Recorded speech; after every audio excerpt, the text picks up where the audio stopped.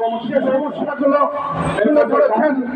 আমরা সেই সমস্যাগুলো উপলব্ধি করেছি যে বাংলাদেশ থেকে দীর্ঘ সময় ধরে 7,94,000 কোটি টাকার মতো একটা বড় অংশ প্রতি বাজেটের পরে আমরা দেখি যে দেশ থেকে পাচার করে দেওয়া হয় দ্রব্যমূল্যের সহনীয় জায়গায় রাখার জন্য। যে বিভিন্ন সামাজিক সাধারণ মানুষের যখনই কোনো রেশনিং থেকে শুরু করে অন্য যে দাবিগুলো ছিল সেগুলো বরাবরের মতো এই বাজেটেও উপেক্ষা করা হয়েছে। আমরা আশা করেছিলাম সামাজিক নিরাপত্তা খাতের নাম করে যে বয়স্ক বিধবা ভাতা তার পাশাপাশি এই খাত আরো বাড়ানো হবে, এখানে বাজেটের বরাদ্দ আরো বাড়ানো হবে। একই সাথে পূর্ণ রেশনিং বিশেষ করে শ্রমিকদের জন্য রেশনিং এর ব্যবস্থা করা হবে। বাজেটে সেগুলো বিবেচনা করা হলো না। দ্রব্যমূল্যের যে কষাঘাত দীর্ঘদিন ধরে বাংলাদেশের জনগণের বিশেষ করে নিম্নবিত্ত মধ্যবিত্ত মানুষের আজকে টুটি চেপে ধরেছে, সেই মানুষের পরে থেকে তাদের স্বস্তির জায়গায় নিয়ে যাওয়ার জন্য কোনো ব্যবস্থাই বাজেটে করা হলো না।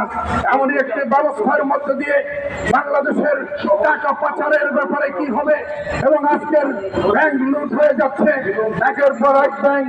আমরা যখন দেখলাম মাঠ করার পরিকল্পনা করা হয়েছে, একীভূত করার পরিকল্পনা করা হলো, তার বিপরীতে দাঁড়িয়ে বাংলাদেশের অর্থনীতিকে কিভাবে পুনরুদ্ধার করা হবে তার কোনো পরিকল্পনা এই বাজেটে ঘোষণা করা হলো না।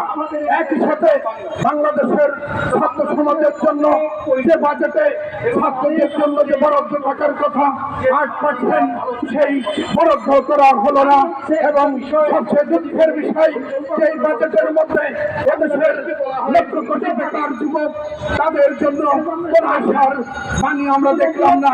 দীর্ঘদিন ধরে সরকারের কাছে আমরা দাবি করেছিলাম বাজেটের মাধ্যমে বেকার ভাতা দিতে হবে, কর্মসংস্থানের জন্য 100টিতে শিল্পাঞ্চল সেই শিল্পাঞ্চল করতে হবে।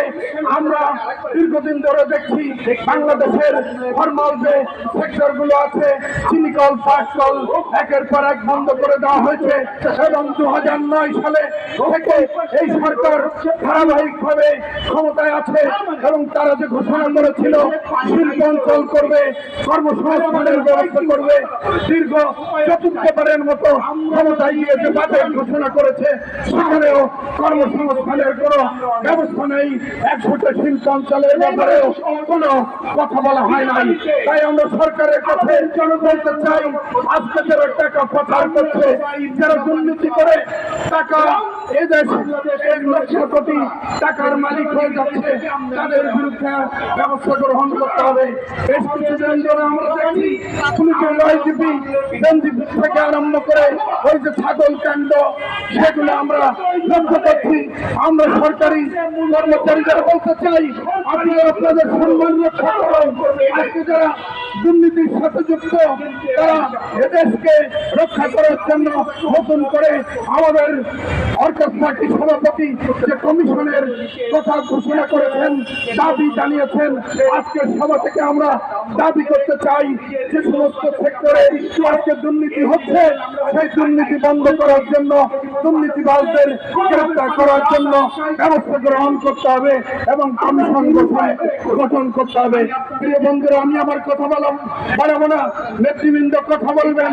দেশের এই বাস্তবতার মধ্য দিয়ে ওয়ার্কার্স পার্টি যে 5 দফা লড়াই সংগ্রাম নিয়ে মাঠে দাঁড়িয়েছে, আগামী দিনে এই লড়াই সংগ্রাম আমরা ঢাকা থেকে প্রান্ত পর্যন্ত নিয়ে যাব এবং সাধারণ মানুষকে সংগঠিত করে এদেশের গরিব দুঃখী মানুষ তাদের যে বাঁচার লড়াই, তাদের জীবন জীবিকার যে লড়াই, সেই লড়াইকে আমরা এগিয়ে নিয়ে যাব এই আশাবাদ ব্যক্ত করে আবার সবাইকে আরেকবার শুভেচ্ছা ধন্যবাদ দিয়ে আমি আমার কথা শেষ করছি।